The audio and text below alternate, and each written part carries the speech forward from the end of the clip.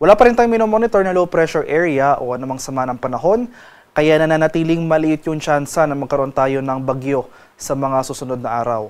At sa kasalukuyan, tatlong weather system ang umiiral sa ating bansa. Una, itong Intertropical Convergence Zone o yung salubungan ng hangin mula sa Northern at Southern Hemisphere umiiral sa may Mindanao at Palawan.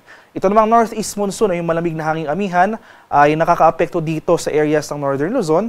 At for Metro Manila at nalalabing bahagi ng ating bansa, itong easterlies o yung mainit na hangin galing sa Karagatang Pasipiko, yung weather system na umiiral sa ating areas. At makikita natin ngayong madaling araw pa lamang, may mga naobserbahan na tayong mga makakapal na kaulapan dito sa southern portions ng Pilipinas. At para sa magiging lagay ng ating panahon ngayong araw, so for Luzon, dahil sa epekto ng shear line o yung convergence ng mainit at malamig na hangin, makakaranas tayo ng mataas na tsansa ng mga kaulapan at mga kalat-kalat na pag-ulan, pagkulog at pagkidlat sa may Cagayan at Isabela. Samantala, ito namang areas ng Aurora, Quezon, Bicol Region, dahil naman sa easterlies, makakaranas rin tayo ng mga sustained na mga kaulapan at pag-ulan. Kaya eastern section ng Luzon, maghanda tayo at maging alerto sa mga possible flooding at landslides kung lalo na kung malalakas at tuloy-tuloy yung pag-ulan na ating mararanasan.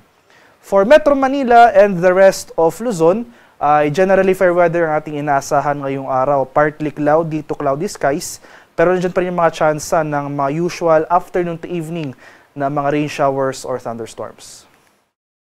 Sa areas naman ng Palawan, Visayas at sa Mindanao, so generally improving conditions sa ating inaasahan dito sa central and eastern sections ng Visayas. At bumaba na rin yung axis ng ating ITCZ na kung saan Mindanao at Palawan na lamang yung naapektuhan nito. Pero dahil sa easterlies, posible magpatuloy pa rin yung mga pag-ulan dito sa eastern section ng Visayas, particular na sa eastern Visayas. At dahil naman sa ITCZ, patuloy tayong makakaranas ng mga kaulapan at pag-ulan sa buong Mindanao at sa Palawan. Kaya sa mga nabanggit ko pong lugar, Mindanao, Palawan at Eastern Visayas, maghanda rin po tayo sa mga banta ng pagbaha at pagguho ng lupa. Sa kalagayan naman ating karagatan sa kasalukuyan, walang nakataas na gale warning. Pero iba yung pag-iingat pa rin sa ating mga kababayan na maglalayag, especially sa northern and western seaboards ng Luzon dahil for the next 24 hours, posible pa rin tayo makaranas dyan ng katamtaman hanggang sa maalong karagatan. Para naman sa ating 4-day weather outlook, so yung magiging lagay ng ating panahon sa mga susunod na araw, bukas araw ng Martes may inaasahan tayong surge o yung pagbugso ng northeast monsoon. So may kalakasan yung surge na ito. So possible mamayang hapon or bukas na madaling araw, mag-issue po tayo ng gale warning dito sa northern and western seaboards ng Luzon in anticipation sa mga matataas na alon na dulot ng pagbugso ng ating hanging amihan.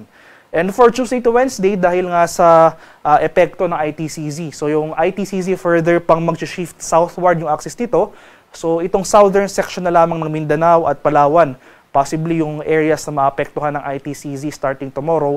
So mababawasan na rin yung mga pag-ulan sa malaking bahagi ng Mindanao, pero magpapatuloy pa rin yung mga kaulapan at pag-ulan, particular na dito sa area ng Davao Region, Socsargen, Barm at Zamboanga Peninsula.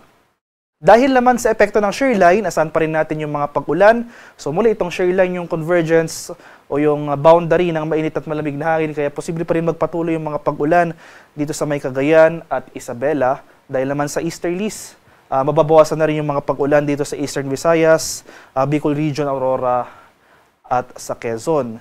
So kaakibat nga ng pagbugso ng ating northeast monsoon, asahan na rin natin yung pagbaba ng ating minimum temperature, especially sa madaling araw. Pagsapit naman ng Thursday to Friday, ay mas tuluyan pang lalakas yung ating northeast monsoon. So possible, malaking bahagi na ng Luzon, yung, or more in particular, itong main ng Luzon, malaking bahagi na yung makakaranas ng epekto ng northeast monsoon. So kaakibat nito yung pagbaba ng ating thunderstorm activity, especially sa hapon o sa gabi for the western section ng Luzon area.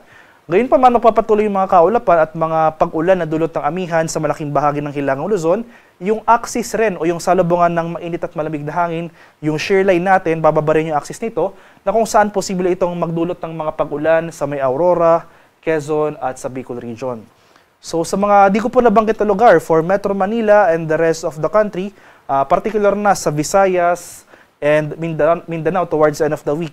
Inasahan natin na mababawasan yung mga pag-ulan sa Visayas at Mindanao, pero nandyan pa rin yung mga tsansa ng mga usual afternoon to evening na mga rain showers or thunderstorms. Kaya ugaliin pa rin na magdala ng pananggalang sa ulan. So sa kasalukuyan, wala rin tayo monitor na low pressure area at nananatiling maliit yung tsansa na magkaroon tayo ng bagyo within the next 3 to 5 days.